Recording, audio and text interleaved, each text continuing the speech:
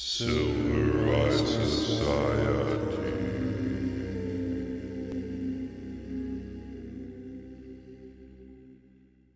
Welcome to the Silver Eye Society podcast, the podcast where we look at film to find the ancient themes behind our modern issues, and the Library Circus series, where we look into books to find parallels to our current problems. You like all that alliteration I got going in there? Pretty good for an intro. All right, so this episode, Library Circus, we're talking about Jefferson, old Jefferson. So what's the book called? It's called American Sphinx. Oh, the character of Thomas Jefferson by Joseph J. Ellis. I actually don't recommend the book. Didn't like it that much for a variety of reasons. If you want a very short, one-volume biography that focuses on the mindset of Thomas Jefferson, perhaps that's a good idea. The writer did not seem to like his subject very much, and he had a bitter feel to his writing, but that's okay. Still a good little book to read to understand some of the basics of Thomas Jefferson. Well, that's interesting. That's no good, though. You don't want to kind of have that tone when you read about a historical figure, because I think it can kind of seep into your own view of them, you know? You got to be wary of that. But I got to bring the honesty to the people of the podcast. I can't recommend the book entirely. I can recommend it just a little bit. Okay. Well, it's not terrible. I looked up the author. There's some scandals. A scandal in his past. But I don't scandal monger. I don't like to scandal monger. I don't do that. Like our early politicians from America, they were scandal mongering all around. And we're going to talk about that. We're going to talk about how that scandal mongering has occurred in the past and continues to occur in the present. That's right. It continues to occur in the present. This is the whole point of this episode. It's not really about Jefferson per se, though we're going to use Jefferson as an entry point to understand how so many of the scandals, but mostly the problems, the panics, the hysteria, have always existed. They're not new. You know, I think there's this sense that, like, we live in an unprecedentedly chaotic and bad time, that things are uniquely wrong in politics and government. And while there are unique problems and unique circumstances, the ongoing struggle has always been there. There's always been strife. I think that's kind of the weird thing, that I think we've never lived in a time of like, I wish we could go back to when it was just peace and everything was fine. That's never existed. And we're going to Struggle is ongoing.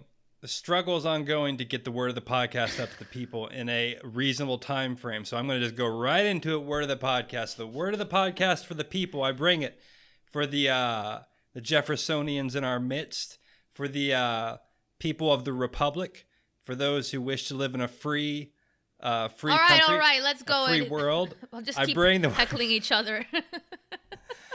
Commonplace book, actually. A commonplace book. Just a little fun word I ran across while reading this. Something, a little history tidbit. People love history tidbits. A commonplace book. Now, commonplace, we all think we know what that means, but meaning a memorandum of something that is likely to be again referred to, striking or notable passage, is from the 1560s.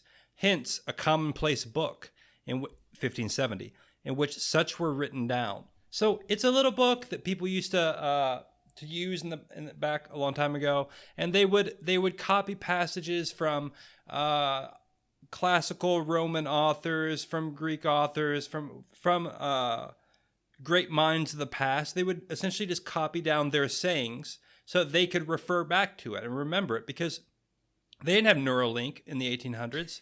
They didn't have the internet. They didn't have smartphones. They couldn't just pull up a smartphone and read.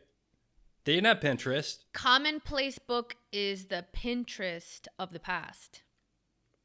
Except that it's for morons. But yes, it's.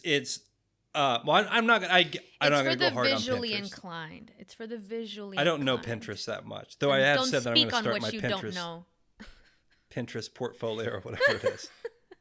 This is very weird. All right, so let's go. I want a commonplace book. I want one.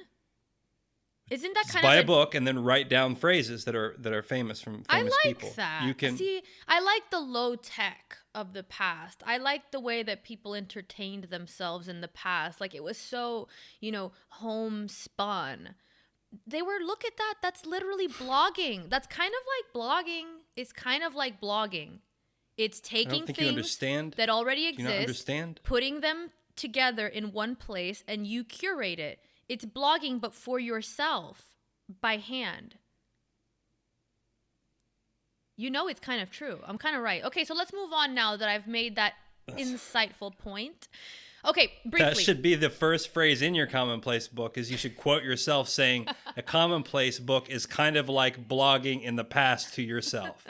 Salome C. Bonet, 2022. It's kind of true. Okay, so look, you have a point here. A lot of the same issues that we deal with today were being dealt with in the past. And what's important about this is not necessarily just that everything has always been bad, but that there's also always been this kind of hysteria around it, that it's like, this is the end, this is immoral, this is the corruption of everything in dealing with all these issues. So why don't you lay out a few of these issues? You have them here just to give a brief overview. Yes, I will. Let me do it.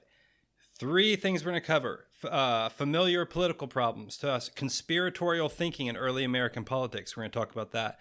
We're going to talk about character assassination and the press in the early 1800s, a little bit before and a little beyond.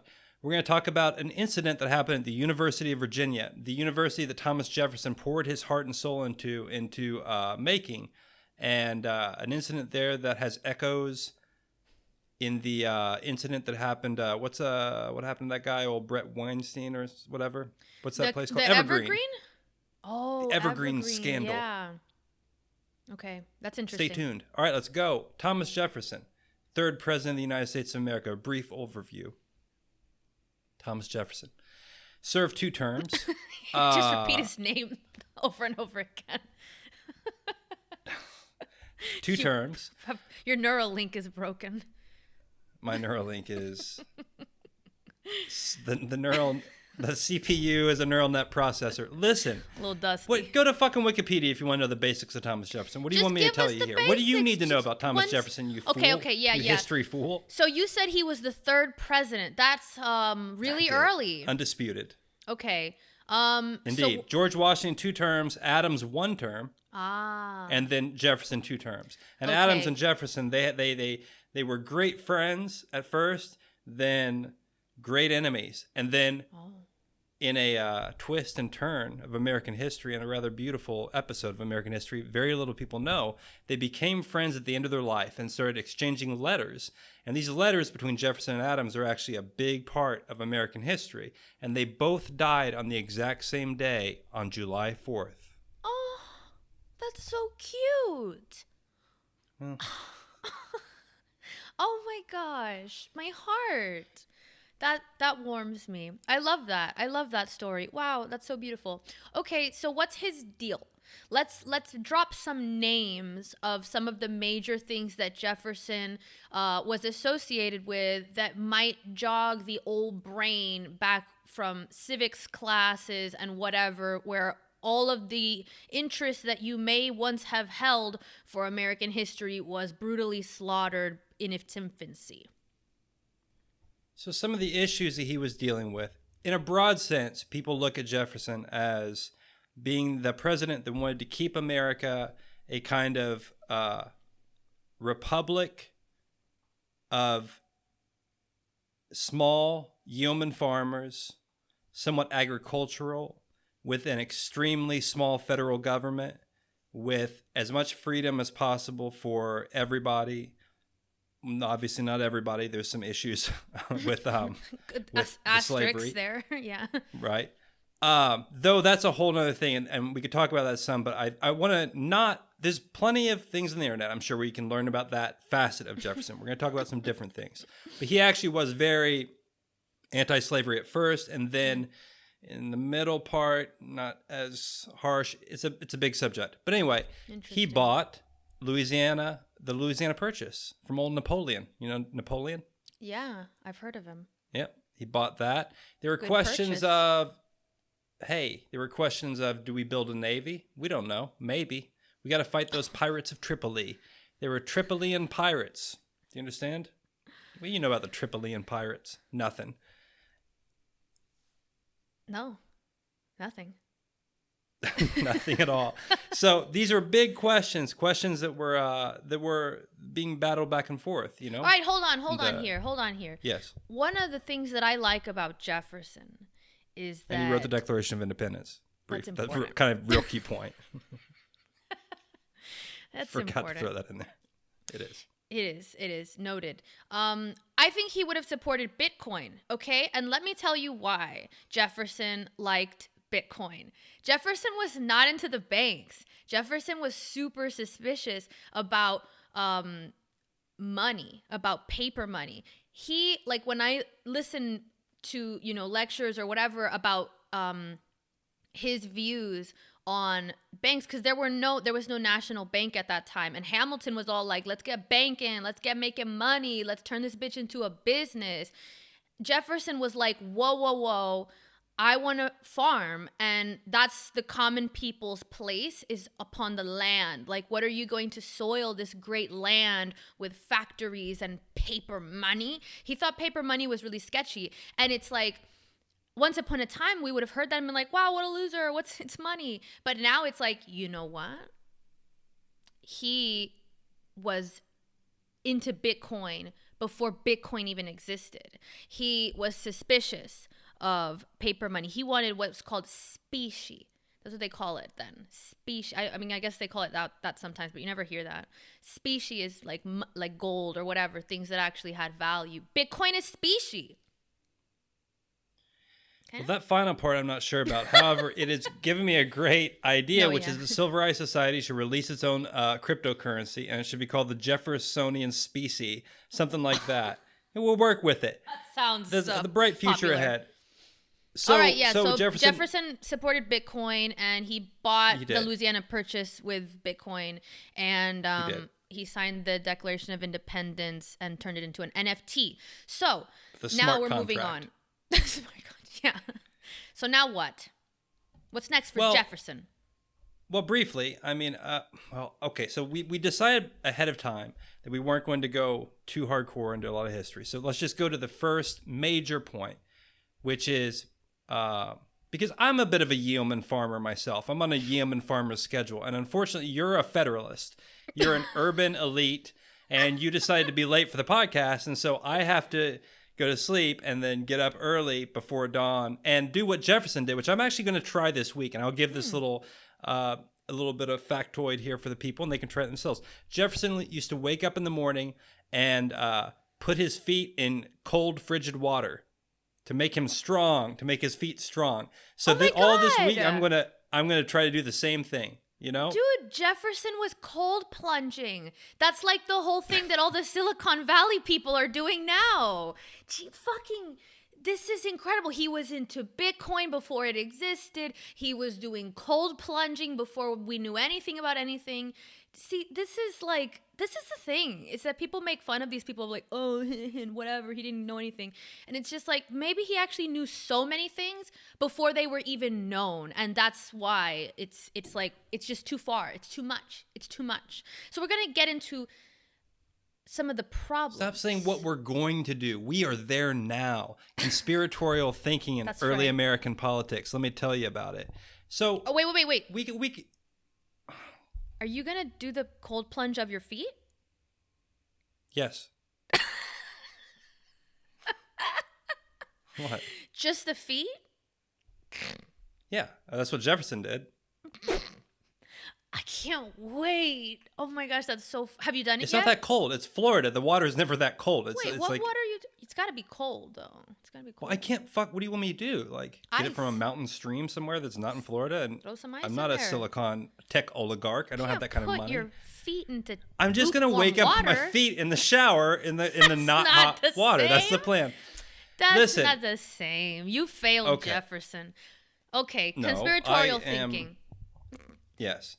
So a lot of people think that the first conspiracy theory was invented by a man named Alex Jones in the year 2000 something, but that's false. That's not real history. That's a conspiracy. That's the type of history they want to teach you in the left-wing schools.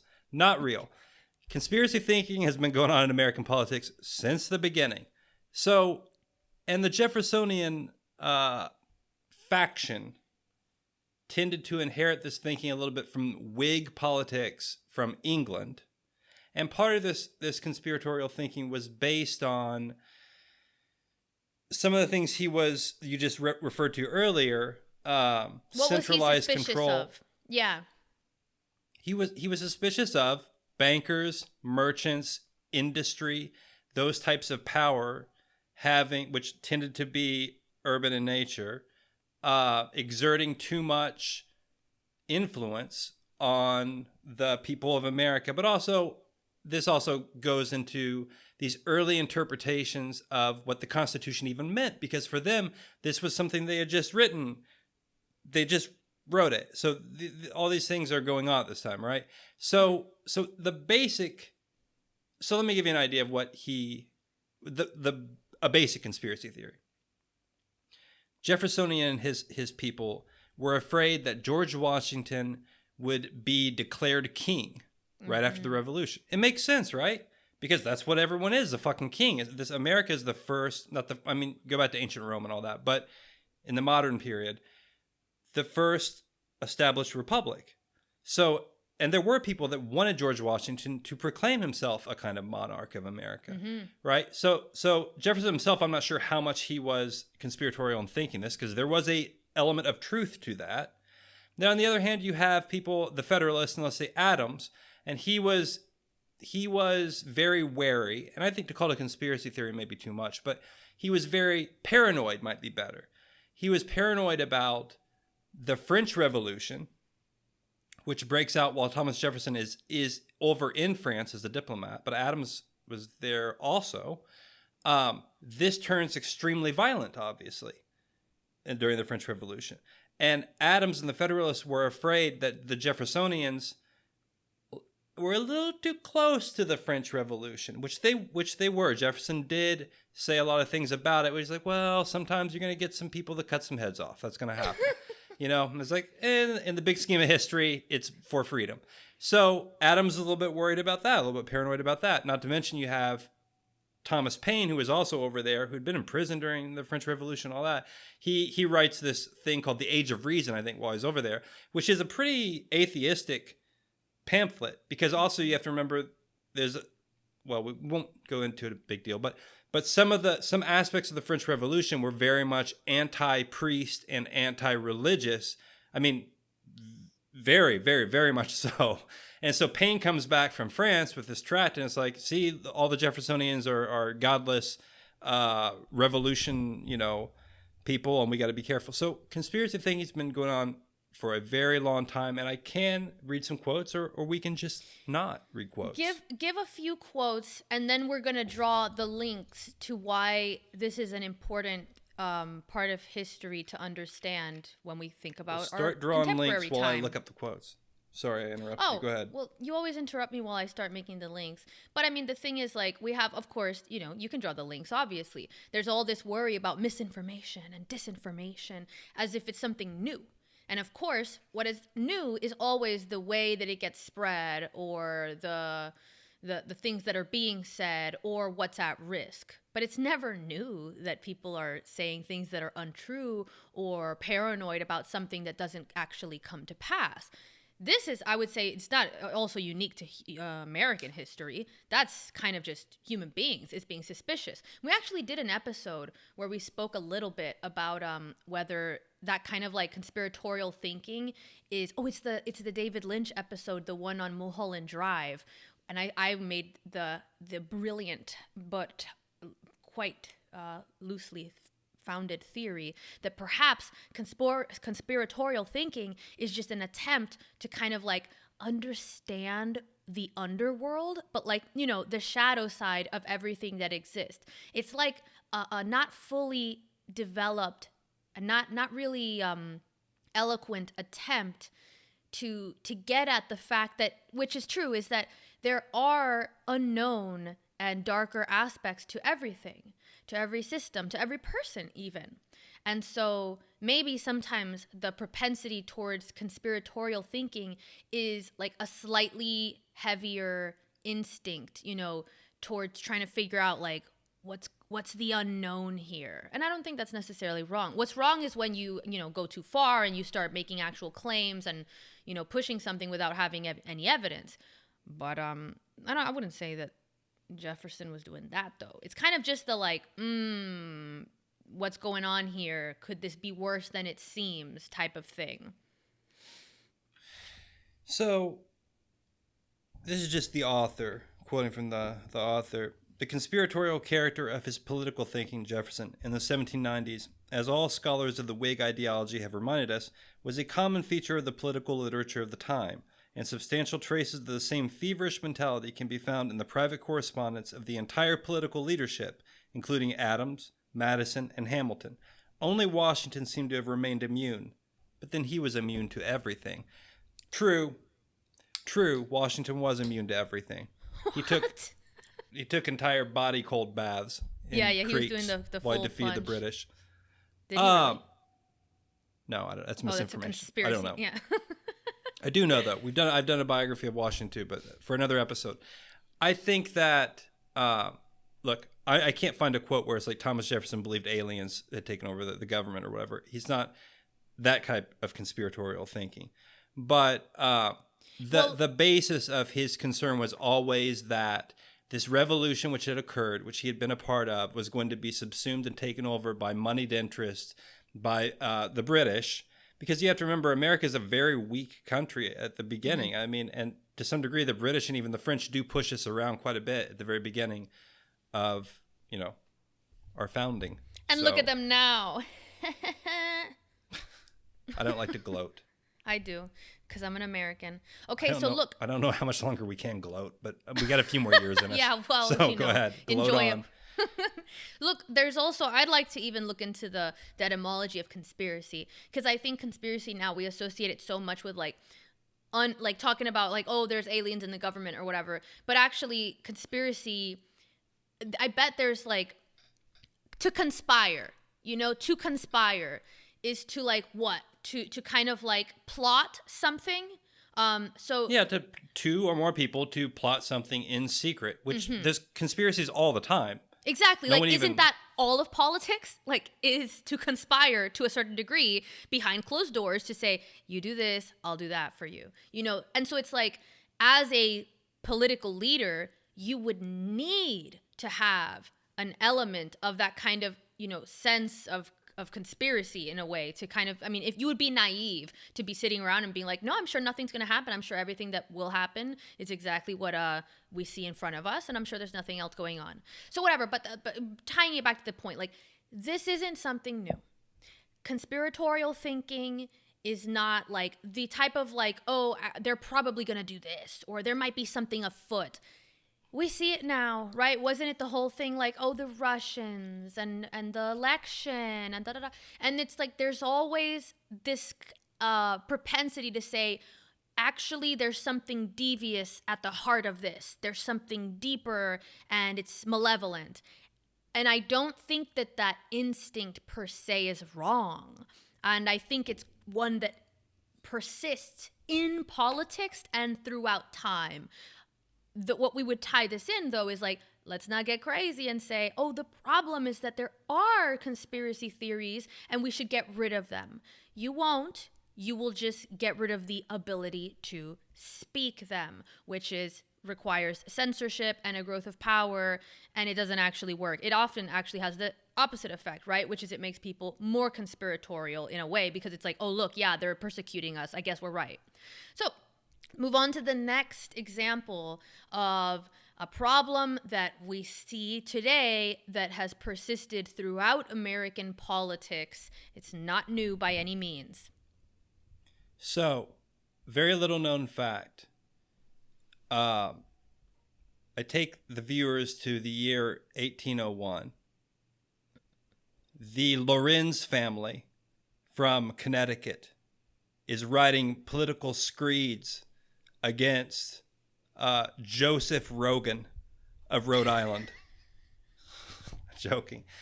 We're going to talk about character assassination in the press, which some people think is a recent development, that the internet started, and then all of a sudden everybody started yelling at each other and calling each other names. That's not true. Been calling each other names for a very long time, before Jefferson even, but for another podcast. And journalism, right? Like the press or whatever has not, yes, it's fallen to a high degree in our lifetimes, but that's also the important point there, within your lifetime. Just because it was better a few decades ago doesn't mean it was always better in the past, increasingly so.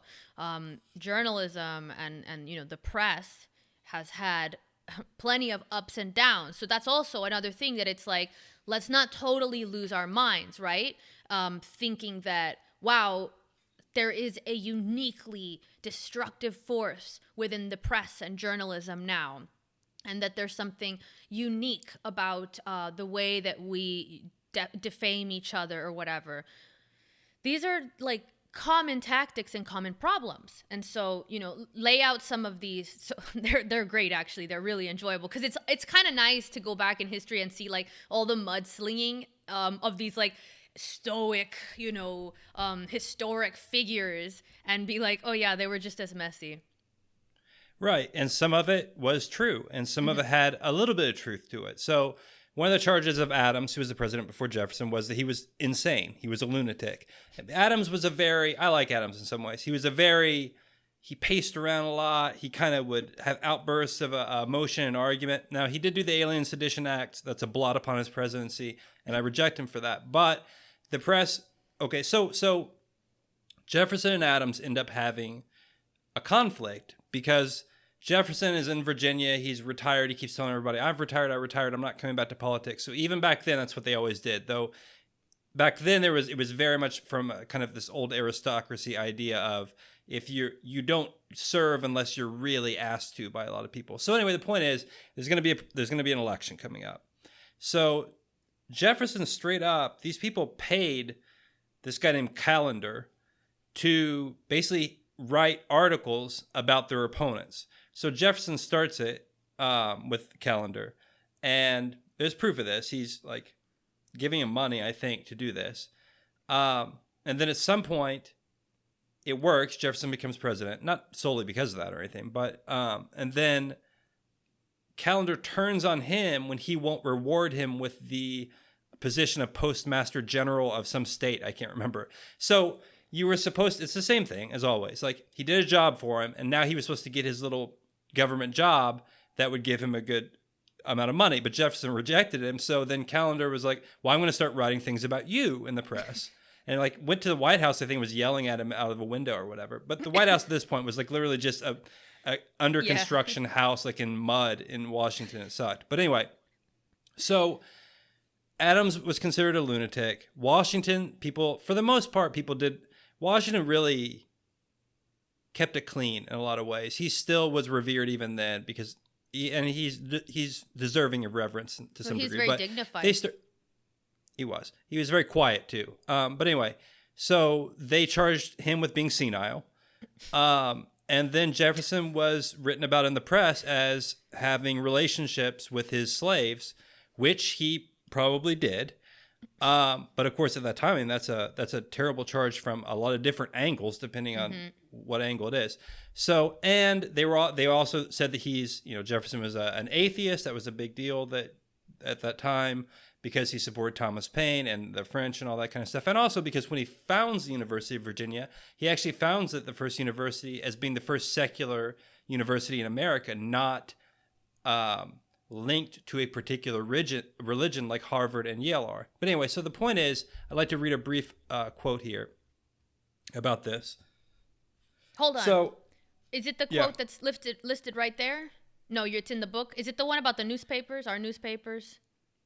Yeah, I'm going to read the brief sentence before that, and then this is where he ends up. Okay, because before you go into the press, I want to, I just like to draw a link really quick. So, look at all of these insults. We use them today. So, senile was, what do we do? Biden is senile. Clinton was called senile, too, when Hillary Clinton. No, Reagan, not Clinton. Hillary Clinton, they said that she had like, she wasn't with it or whatever. I remember that was another thing. There was some like psych issue when she was running. I think it was that she was Didn't she senile. fall over or something because she was sick? I mean, they all of them are fucking old, so they're not wrong. That they're all like fucking over 70 years old. Yeah. Well, I'm just saying, I'm not saying okay. like whether they're valid or not. I'm not trying to make the claim that like, oh, I do think Biden is senile. It's absolutely obvious. Man is shaking hands with the air, so this is not a good look. But that's a pretty sweet move. It'd be really awesome if he's just trolling everybody. Yeah, he's a mad genius, and he's just acting like that. That would be so much fun. Can you imagine? It's unfortunate. I mean, I don't think it's fun. No, it's not. I don't. It's not fun from many angles. But yeah. So it's just like we use a lot of these things, right? Which is like, oh, so and so is having an affair. So and so is adulterous or whatever. They're like, doing sexual crimes. They're senile. They're insane. They're incompetent. All of these are the same. Or they don't hold the faith, or like they have a secret, sinful faith or whatever.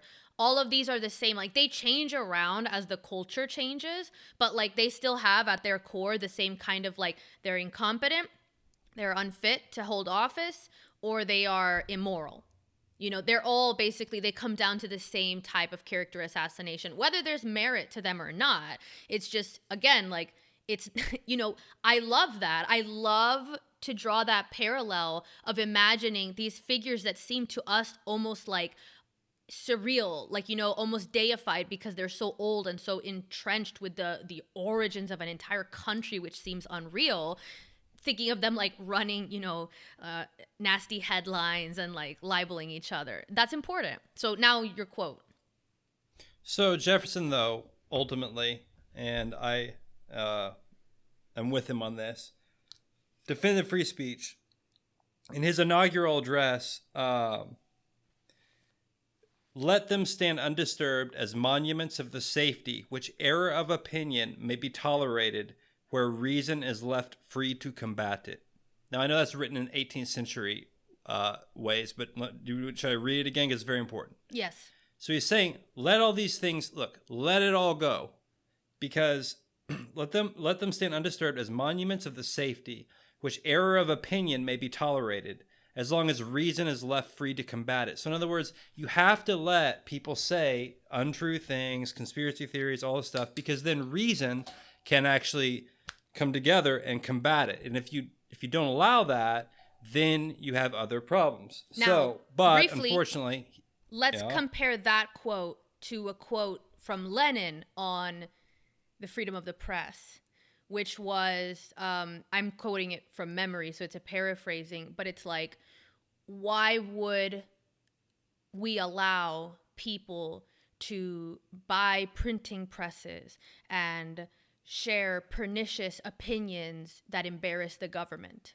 So there is the juxtaposition between two leaders and their psychologies, which is, why would I allow a person to spread libelous opinions about me or the government, versus let it go and let reason be the thing that determines what rises to the top. So you get to decide then who you prefer, the ideology that they put forth. So I think that maybe briefly to bring it also to the modern time, I would just like to say, I don't think that people understand how unique it is to live in a country that allows this. It wasn't like this really didn't have precedent. Like our ability to have free speech in this country, and still stands as probably the most free speech country in the world, far more so than the UK or any of those Commonwealth countries. Damn the monarchists and the British is what I say.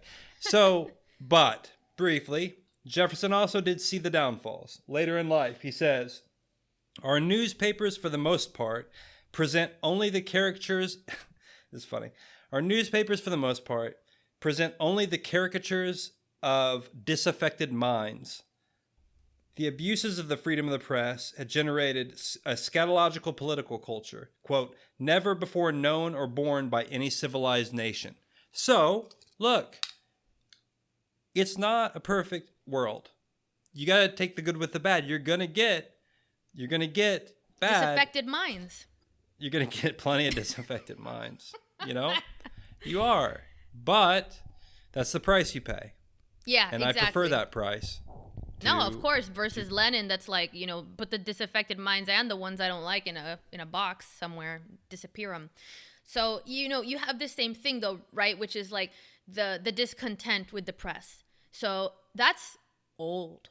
That's old. And I think actually, a side note, if your leaders are happy with the press, then the press isn't doing its job. The press, journalists, journalism, the media, they should be a thorn in the side of the people with the most power, and particularly people in politics. That's their job, is to shine a light on them and to spend their time doing that. So you should be extremely wary when the press starts reporting on average people and starts caping for people in power. I think that it's a good sign if a leader is not happy with the press coverage that they get. So for the most part. But yeah, that's another example of a problem that it's not new. It's not new to have, to feel that the press isn't doing their job or that they're, slanderous. And it's not new to be like throwing mud leaders between, other politicians and whatever. So this is one of these things that you end up having a call that's like, we can't allow this. We should do something about it. Let's censor. Let's make sure that people aren't able to do it. And it's like, that's the mistake, is thinking that that these problems are so unprecedented that they require some massive intervention that then ends up being worse than the problem it sets out to solve. And now we're going to go to the last example of how things that have happened in history are not much different from the problems that we face today. This one is interesting. Yeah, it's brief. So basically, Thomas Jefferson established the University of Virginia, and he also did the architecture for it. I'd never been there. I don't know what it looks like, but apparently it's something to behold. He wanted a university in the South because most of the universities, maybe all of them at the time, were in the Northeast, with Yale and Harvard being the two prominent ones. But also, those were linked to a particular religious group. And Jefferson decided to do something different.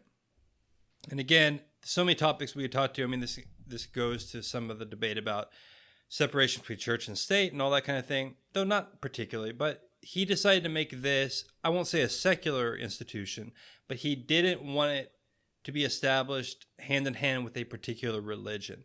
He also said there would be no banned books in this university. Every book was open to be read by any student because it was primarily the religious people at the time that were responsible for banning books where they were banned in these other universities. There was also no required curriculum. This is what really made me think of the Evergreen University, that situation, because it was a very liberal arts type school up there where there was a lot, from my understanding. And there's a place like this down in Florida too called New College, where a lot of hippies go. And so there's no required curriculum at the University of Virginia when he founded it either, which is pretty unique. You could study what you wanted. There was going to be no distinction between freshmen, sophomores, juniors, seniors. There was no president of the university. It was going to be run, and there was not a president in the university for a long, long time. It was run by the students and the faculty in consultation together. This was his idealized idea for university, and he put it into practice. He went way over budget on building it, but they once they started building it, they went ahead and did it.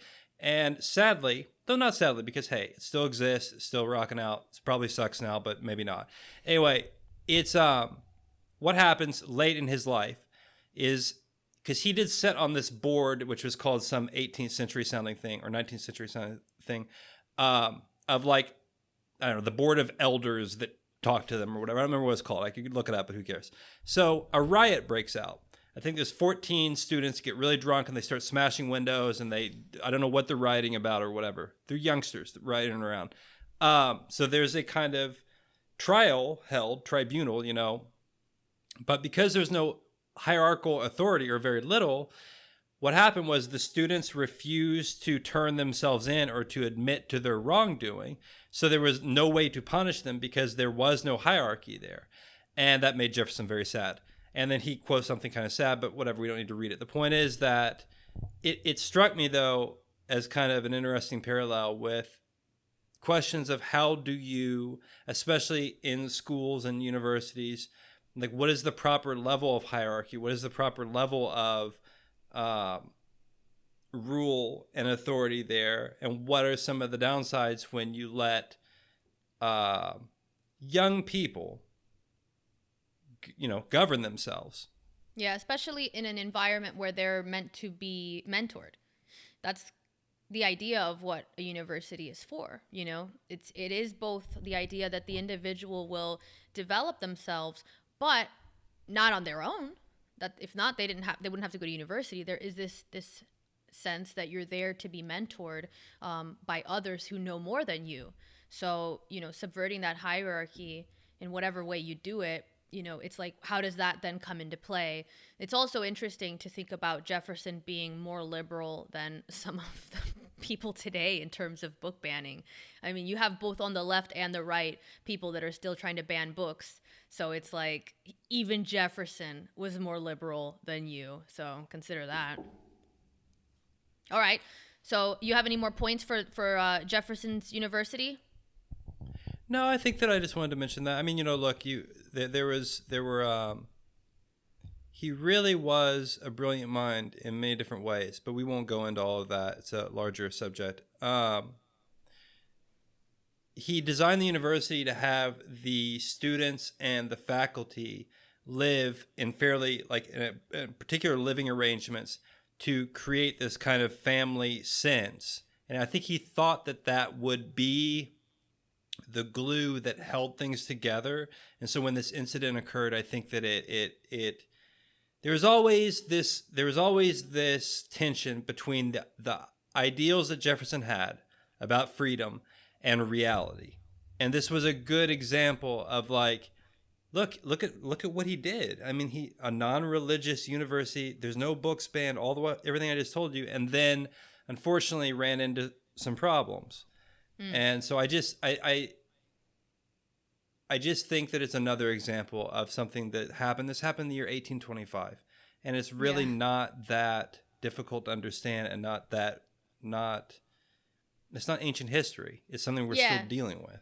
It's kind of a microcosm of that same battle that we deal with now as a culture, which is the boundary between like that desire for an ideal society, one that is free and equal and like extremely liberal and open, versus the reality of what happens when you kind of create this vacuum of order and discipline, and then what kind of chaos can ensue. And it is right to draw that parallel between the Evergreen situation, I think, because I recall one of the most poignant parts of that whole situation was like, I don't know if it was the president or the dean, I think they call it the dean, completely taking orders from students in a way that was so debasing, like being ordered around by the students as if he was, their servant. And so it's like this complete upside down. But the problem is that's not actually equal. That it is a hierarchy. It's just a different one. It's a subverted hierarchy. Maybe an upside down. He got what he deserved. Yeah, he did. I mean, if you submit, you get what you submit to. So that's what that is. But it is, it's like we keep trying to rehash that balance as a society. And this, Jefferson had his own experiment with that. So it is interesting to see that something like that has such an early precedent, actually. Okay, so here are these examples, right? So we've gone through these examples of problems that we are dealing with right now and how similar they are. And so this is what we do now. Like, this is what I want people to be able to get from this, is how you can look at what has happened in the past and then apply that to what we see in the modern times. And so part of that is understanding that there have always been problems, and in particular, there have always been specific problems that we still deal with, whether it's like this kind of character assassination or like the failings of the press or whatever it is. But I think what's really dangerous about not understanding that is that when you treat every problem as if it's an example of like an utter emergency and an impending apocalypse, then you act that way. And so it's like, it's this kind of cycle. And the same thing actually happens on a personal level as it does in a societal level. So as a individual, if you go into situations like there's going to be a problem, like you're going to be mistreated, like someone's going to do something harmful to you, you often beget that exact outcome. Because think of it, if I start treating everyone like they're lying to me, and I'm very mistrustful, and I'm very questioning, and I'm very suspicious, eventually people are going to start concealing information from me just because they don't want to deal with me being suspicious and then possibly misinterpreting something and being reactionary. So you end up, and then I push people away, and it's like, oh look, no one is close to me. I can't ever have any close relationships. So you can create the outcome that you're worried about. And I think that happens on a societal level when we treat all of these problems as if they are unprecedented emergencies, and then we act irrationally because it's this desperation, it's this urgency, it's this chaos, instead of thinking, well, here it is. Here's this problem that we've been dealing with for centuries. Maybe we can sit down and think about this in a new way instead of treating it like it's a fire that's been burning for centuries. So I do think that this whole episode, like all the information that we went through, made me think of like this kind of archetype of the wise elder, and that kind of scene, right, where it's like there's a youth that's going through some panic or some problem, and they're completely eaten up by it. They're completely, passionate about their problems and like totally hysterical about whatever is going on. And then you have like this wise elder figure that kind of is just like, kind of chuckles, kind of doesn't take their passion and their intensity as seriously as they do. And it's like, well, are they callous? Are they uncaring? Are they apathetic? Or is it because they know that, yeah, I was there too, and I went through the same thing, and it worked out, and time goes on, and things change. And so there's that. Maybe if we can take the perspective of a little bit, I think maybe understanding history gives you more of the perspective of the wise elder, where you see time from a more expansive view, as opposed to being narrowed in on your lifetime solely, which gives you that kind of like urgency, that youthful passion that can make you irrational and make you rash in your decisions. I rashly decide to end this podcast, for I am a yeoman farmer and must rise before the dawn to soak my feet in frigid water to strengthen my constitution so that I can continue to bring viewers, listeners alike of the Silver Eye Society even more historical context in order to draw parallels to our modern problems. That's right. And if you enjoy finding parallels to our modern problems, you'll enjoy the Silver Eye Society, where we find parallels within history and within art to help us understand what the hell is going on every day. So if you want to join, you can do so on Patreon. The lowest tier is only $2 a month, and that supports us to do these inquiries. A lot of reading. Got to read about Jefferson, got to read about Stalin. This man is losing his mind. He is soaking his feet in frigid water in the morning. Please support his constitution for only $2 a month. All right, see you guys on the next episode.